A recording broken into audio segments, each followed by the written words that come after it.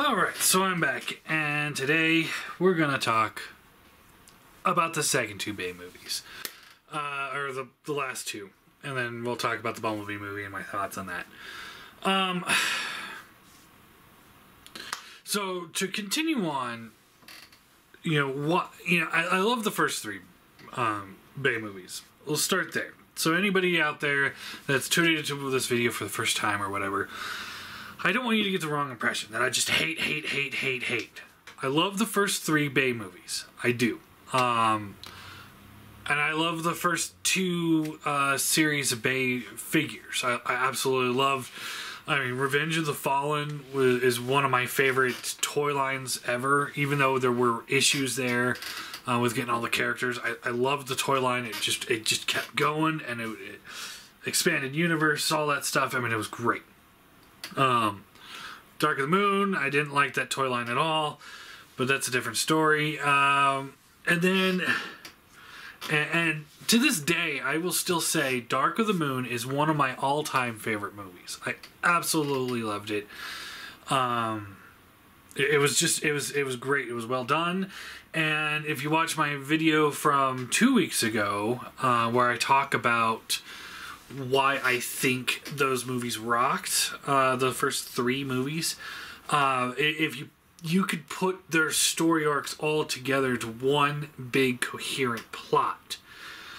And I love that plot. Yes, the humans are garbage for the most part. There are some good parts to the humans. I always like to point out that there's that scene when Sam, in the Revenge of the Fallen, Sam's trying to go revive Optimus, and his dad's yelling, I'm like, no, you can't go.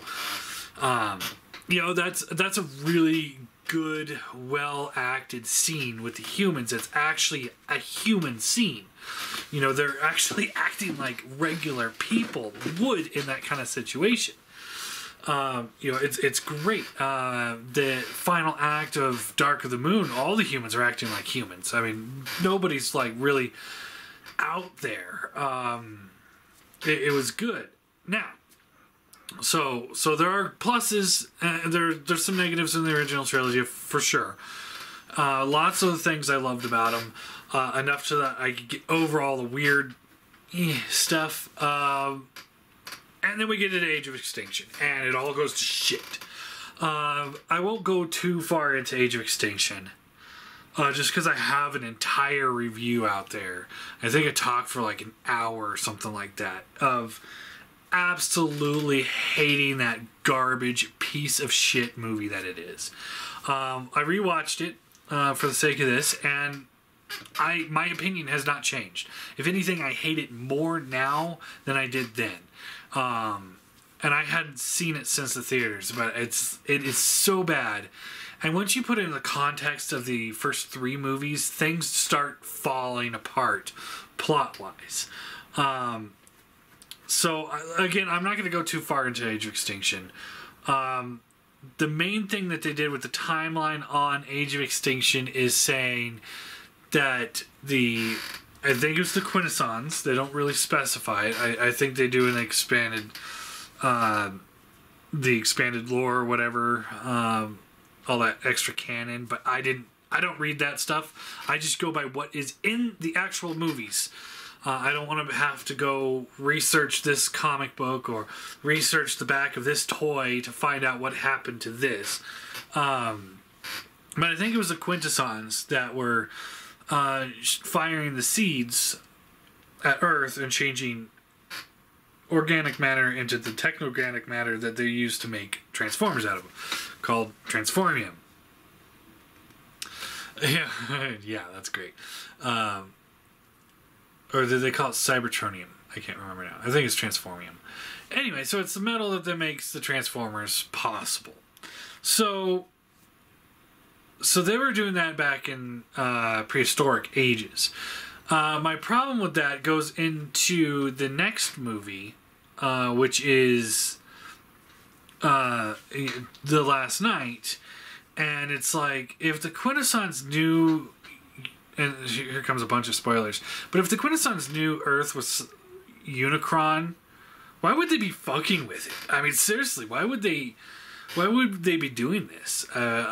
You know, it sounds like they want to kill him, not turn, maybe, you know, put extra cybertronium on the planet. It doesn't make sense. And also, it's like, if you're there to harvest Transformer material, why don't you just, you know, you don't seem to have any care for the planet. So why don't you just cut the planet open and harvest Unicron? I mean, am I wrong? I mean, he seems to be dormant. I don't understand. It makes no sense. Like, the more you think about it, the worse it gets. And, you know, the way the humans were acting towards the Transformers in Age of Extinction made no sense. You know, the Autobots had saved the Earth 3 times in a row, and they did it in the public eye of the government. And now the government's sanctioning these Autobot kill squads working with Decepticons. It makes no sense. I mean, Decepticons are the ones that keep attacking and wiping out, you know, an entire city. And yet they're over there like, you know what, we'll work with the Decepticons, even though I hate all Transformers, and we're going to go after the kill off the Autobots. It's like, what process in your brain makes you think that's a good idea? If anything, you'd want to work with the Autobots and wipe out the Decepticons because they're the one that's attacking. And then you could try and wipe out the Autobots. And then to think that a human scientist is smart enough to recycle Transformer parts to create his own Transformers, including the Transformer metal that they're finding on Earth.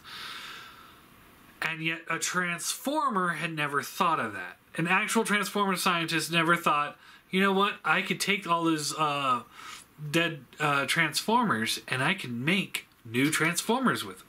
They never thought of that, but the humans did.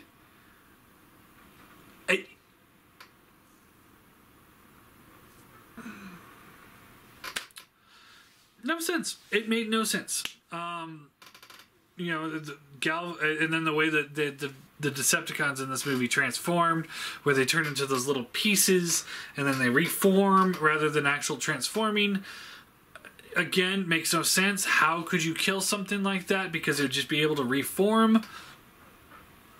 Yeah. So then we get into the last night. So I watched last night for the first time. And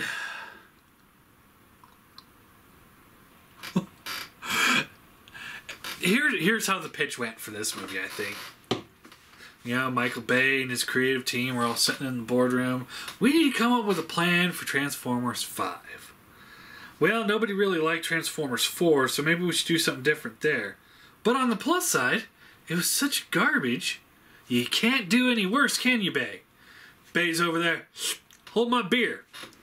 And that's how Transformers 5 came to be. That's where the plot came from. A hold my beer scenario. Because, oh my god, it is one of the worst movies I've ever seen. Incoherent mess. It was garbage. It just... There's nothing. I think there was one scene in the entire movie where I was like, because it was kind of funny, and that was when Cogsman was over there playing the organ while Anthony Hopkins was giving some backstory, like more backstory than what we needed, and it was just kind of funny that they all stop and they're like, wait, stop it, you know, you're being ridiculous. But then I quickly ruin it by having him do it again 10 seconds later. It's like, are you fucking kidding me? Let's see here. So now the Autobots have saved the world 4 times in a row with the help of the government, you know, with helping the government and these agencies that are seeing, hey, the Autobots are here to help. And then they're still out there trying to kill them. The military is not wanting to kill the Autobots, but they're working with the other agency so that they can work together, and if the agenda calls for them to kill the Autobots, then so be it.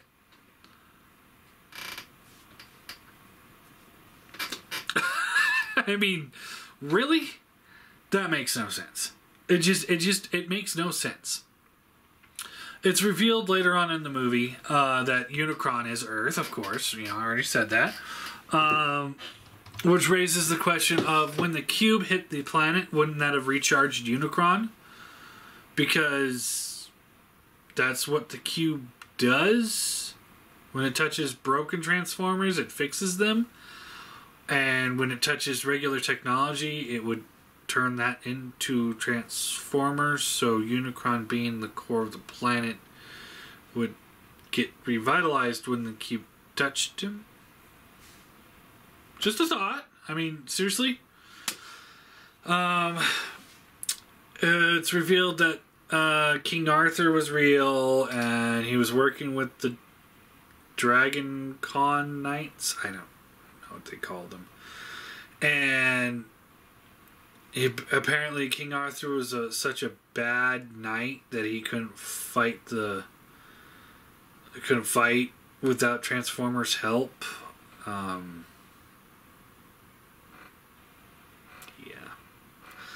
I don't know why.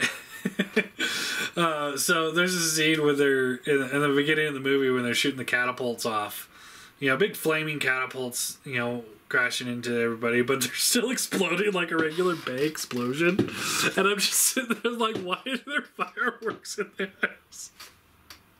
I mean, I can understand when you're shooting a Transformer, you know, because they got all the working parts and all that stuff, but it's like sparking like it. It's like, no.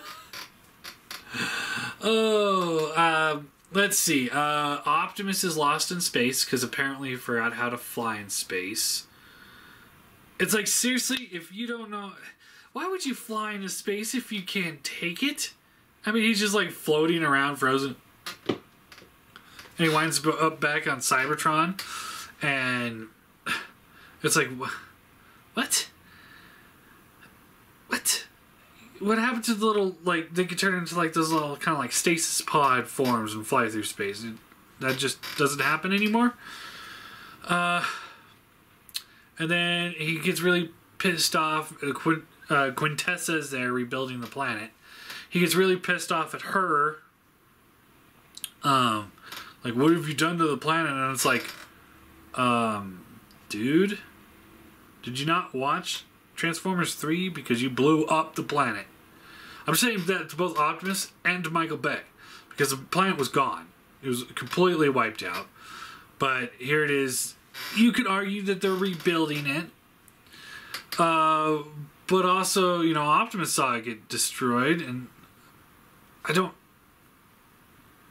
doesn't make sense. It just doesn't make sense. And he's pissed off. You know, what happened to it? And he's like, you know, and at the end of the third movie, this is our home now. And, you know, talking about Earth. And I'm like, fuck Cybertron. It's like, so now Cybertron's a big deal again.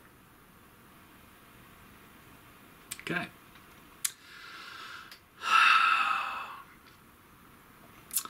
Let's see here. Megatron is back. No explanation on that. Because he was Galvatron and didn't have a spark. And now he's Megatron with maybe with a spark? Hard to say. Doesn't explain it.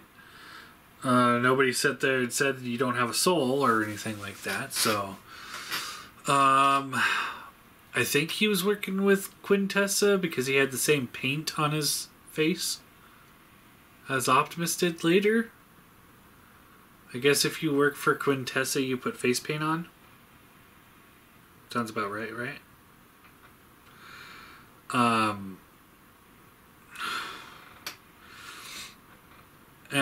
Just so I'm having a really hard time with this. One of Megatron's plan was to capture some humans and use those as a trade offering to get a handful of Decepticons released. Which raises so many questions. Like, first off, 2 humans are worth like 4 or 5 Decepticons. Right. But more importantly, why are the Decepticons locked up? I'm not understanding this. Because they killed him off in the first one. They killed him in the second one. They killed him in the third one. They killed him in the fourth one. They've established that the Transformers are bad and they need to destroy them all in this movie. And in this movie, they were killing indiscriminately whenever they could, and they found a Transformer, and it's like, oh, we need to kill this. And yet, they kept the evil Decepticons, the crazy ones, locked up.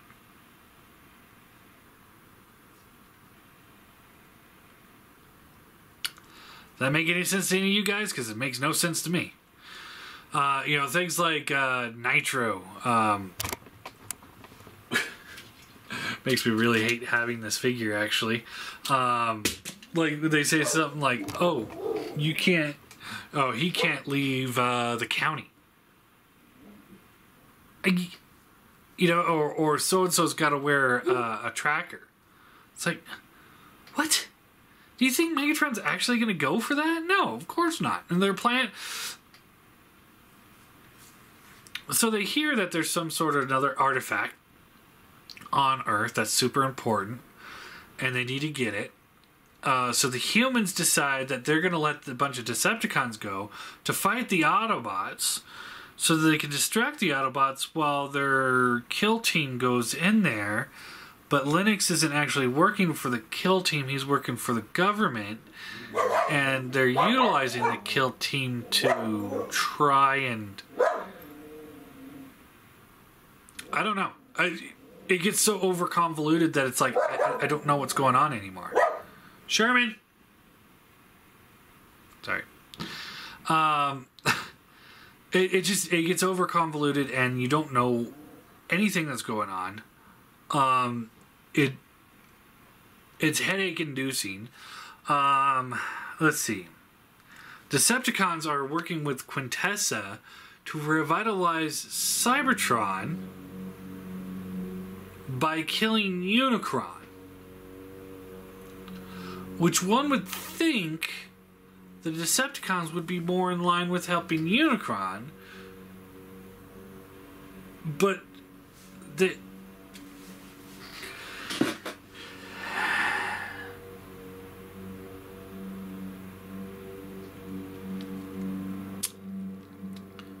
See, it doesn't make sense. At all. Quintessa reprograms Optimus to be Nemesis, so he's now Nemesis Prime, which he says a couple times in the movie. I am Nemesis Prime. Spiffy. Bumblebee gets in danger a few times, but in one of the first sequences of the movie, in the actual movie, not the prequel part of the movie, it's established that Bumblebee can fall apart and rematerialize himself, so it really kind of takes any threat of permanent death out. I mean, beginning of the movie, he gets blown up, his head is rolling around with his eyeball popped out, and he's still able to just pull himself back together. So any damage Optimus gave him in the final fight, he's just gonna go back together. It's like... I don't know. I mean, it's just... It was so bad. It contradicts parts of the movie with itself and the last movie and the first trilogy. I thought Transformers were kind of going endangered, and yet this one establishes that there's an increasing amount of Transformers falling from the sky. So there's Transformers everywhere now.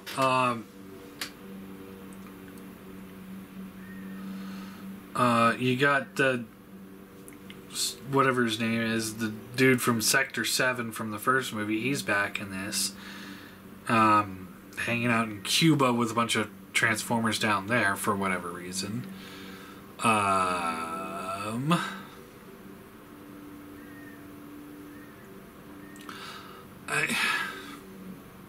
don't know. It's just... And then the ending. God, what the fuck was that? I mean, it was just everywhere. Oh, before we get to the ending, just a real quick thing I noticed is like when the knights would form the big dragon, and also Grimlock, it doesn't seem like they have any kind of elegance or grace, because almost every time you see them on scene, they're like kind of sliding on the ground and like rolling around, and that's like their attack. And it's like, wouldn't it be more convenient to like swoop down and fly and like shoot fire or attack that way, not roll around on the ground? I mean, it looks like they just like tripped and fell, and it's just like. And some of the CGI in this movie was awful. I mean, like, take you out of the movie awful. And apparently it doesn't matter how many knights are left at the end to form the big dragon, because, at least 2 of them died just prior. And then there's this wooden staff that was actually a metal staff that was Merlin's power that Merlin's granddaughter can use, that was buried inside of a Cybertronian tomb inside of a human grave under the sea. Right? Did I get that right? Sounds right.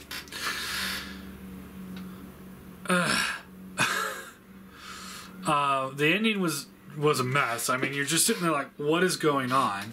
Megatron's over there, like, all of a sudden he's got an army.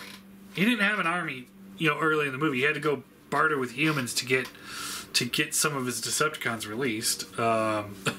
So he gets some of his Decepticons released, and later on in the movie he's like, me and my army will defeat them. And it's like him, Nitro, and like I can't remember what the Infernocons. There's like 5 or 6 of them versus all of the Autobots, the world's military, and the Knights. Look, really, Megatron, you couldn't defeat them when you outnumbered them like 10-1 in Dark of the Moon. You think you and 6 guys are gonna take him out, and then Optimus kills the Infernocons with one swipe of his sword. And I'm just sitting there like, what is going on? I mean, these are the bad guys, and they're supposed to be a threat, and then Quintessa just like, bloop, she's gone, and then Megatron loses an arm and flies off. So the end of the movie. So the plot, like Quintessa's plan is she's going to use this staff that apparently can only be utilized by Merlin's great-granddaughter or whatever, and descendant, unless of course she's using it, then she can use it just fine. So she's going to drain all the energy from the core of the planet, which will cool the planet down and kill the planet, and use that energy to power Cybertron, which is reforming in the atmosphere. So when they destroy it, or they defeat her plan, we then get to this next problem of they never reverse the effects, so the planet's still cooling. Or it's still going to be a few degrees colder, which that could, wipe out all life on planet. And Cybertron's still in the atmosphere, which is going to destroy the atmosphere. I mean, it's going to just wreak hell on Earth. It's sad when a 34-year-old Saturday morning cartoon thought more about what would happen if Cybertron was put into Earth's atmosphere than a blockbuster movie in 2017. Because, as they put it in the original cartoon, you put it in there's going to be tidal waves, there's going to be natural disasters, earthquakes. I mean, having another mass even in our solar system is going to mess with us, but having it in our atmosphere is going to be just leveling the planet. I mean, we're talking just, cats and dogs living together, all sorts of craziness. So no, you would just essentially just wipe out all life on Earth there. So guess we're just not going to talk about that. So yeah, it's a mess, and it contradicts a lot of things from the earlier movies. Like, why would the Fallen go to Unicron to steal the son of Unicron? Was he going to power Unicron with that power, or was he going to use it to power the planet, Cybertron, like he said he was, like they originally planned on doing? When did the cube actually land on Earth? When did the war start? Because the way they've built it, currently, it seems like while the Cybertronians are much more advanced than us, their history isn't that much older than ours, if you think of it that way. Because they're not as millions of years old.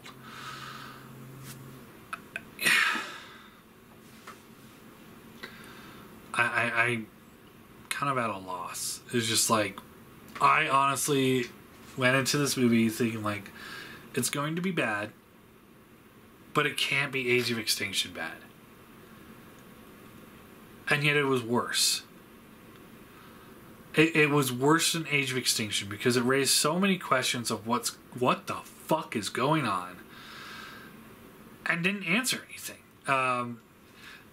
I was trying to describe it to Alex last night, and so what I told her, it's like if you take an entire season of a Saturday morning cartoon, you take half the plot of each episode,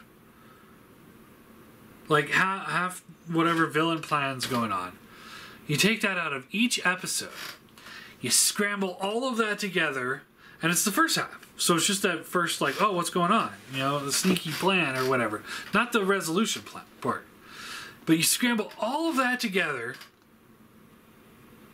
and you throw Marky Mark in the middle. That's the last night.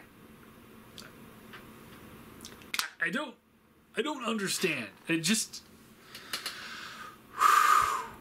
Wow. If I were to give it a rating, I'd give it a 1. I'm blown away with the bad. So now, the Bumblebee movie. Let's talk about the Bumblebee movie. Everyone's saying, oh, looks good. It might actually be a good one. It might revitalize the franchise. It might reboot the franchise. All I can say is, no. It's over. It's done. It's too late. It doesn't matter. It's too far gone. And if anybody actually sits there and thinks that they would actually be able to pull out a good movie after the shitstorm of the last two, I'm sorry, you're wrong. It's not going to happen. And if it does happen, all they're going to do is they're going to continue this. We don't want them to continue this. So I'm urging all of you, do not go to the movies. Do not watch this in theaters. May it be one of the lowest grossing films of all time. And then the studio will be like, you know what? We're done with Transformers. And then somebody else can pick it up. Maybe we can get it back to Marvel. And then it can be a part of the Disney franchises. I mean, that's where it started was. And Marvel Comics did a pretty good job back in the day. Marvel Comics had control over the cartoon. Can't say that they did it wrong. So maybe Disney can do it. Let's give it to Disney. That's what I think. But yeah, get it away from these people as far away as possible. I have zero interest in seeing the Bumblebee movie. I'll wait till it comes out of video and I'll watch it and do a review. Maybe it'll be good. I doubt it. I really, really doubt it at this point. It's going to be this same crap that we've seen in the last two movies. Michael Bay was able to tell a good story for the first 3 movies, and it needs to end there. It was, and then one thing I have to that I'm actually kind of having a good chuckle at is the fan backlash that it's not Starscream in the movie, it's Blitzwing. And I find it hilarious that everyone's upset about that. I cannot express like how much fun I'm having with that idea, because yeah, everyone's like, oh, he's got red shoulders, that means it must be Starscream, and that's it. That was all of the basis that I had on that idea. He had red shoulders and he was a jet, and all I can sit there is think, it's just like, are you kidding me? That is not something to go on with a Bayverse movie. It's not. I mean, you know, everyone's saying, oh, well, this is going to be better. They're going to look more like the G1 characters. It's like, no, they're not. You're not understanding how the Bayverse movies work. If we've gotten into the 6th movie and you haven't realized this, you know, Ironhide was red, not a black SUV. Ironhide was a red van, not a black truck. Optimus was a flat nose semi-truck, not what he is in the movies. Ratchet was a white ambulance that was a van, not a green, whatever, I don't know, green emergency, some sort of like all-terrain emergency vehicle, like something out of Jurassic Park. Bumblebee was a bug, not a Camaro. Starscream was a fighter jet, not an F-22 Raptor. He also wasn't all gray. You know, he didn't look like a giant gray Dorito. Let's see. Should I continue? I mean, Fallen was had like that awesome grill and the flame sword and stuff like that. Not whatever the fuck that was. Megatron was a gun, not a thingy. Jazz was a little race car, not a souped up little fancy race car. I don't know what they are. I'm not a very good car guy, in case you haven't noticed. Devastator was 6 different robots that would transform into one, not one robot that had to take 6 alt forms. Let's see. Galvatron was a space cannon, not a pickup truck. Or small semi-truck. Let's see here.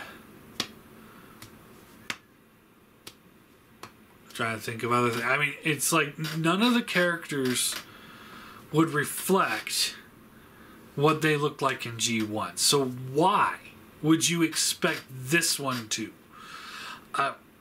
I wasn't surprised when they said it was Blitzwing. Hell, I mean, if you're going by red on a jet, I mean, it could have been, you know, Sunstorm. Could have been Sunstorm. Could have been Hooligan. He's got red and orange. Let's see here. I'm trying to think of any other jets that have red. I mean, could be this guy. Yeah, he's more pink, but I mean, could be him. Maybe they washed out the pink to make it red. I mean, just because a jet has red on it does not instantly make him Starscream. He was more gray. Hell, Thundercracker had red on it. Or could have been Thrust.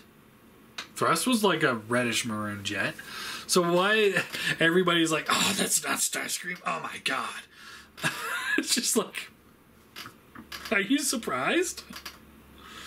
So yeah, that's yeah, my thought on the Bumblebee movie is it's going to be awful. I have no interest in seeing it. I have no interest in this franchise continuing. I really do hope that it's going to be done. I'm not mentally ready for John Cena to be in an actual blockbuster movie. I'm not. So I think that's going to be pretty bad. Nothing against John Cena, but I don't think he's ready for something like this. But then again, I mean, he's going to be better than Marky Mark. I can't do worse than that. And then on a side note, Thank you, Michael Bay, for ruining yet another one of my favorite characters, G1, with Hot Rod and his little time bubble gun. Thank you for that. I don't know what I would do without you. You just kill everything, don't you? Why was he in the movie? I mean, why?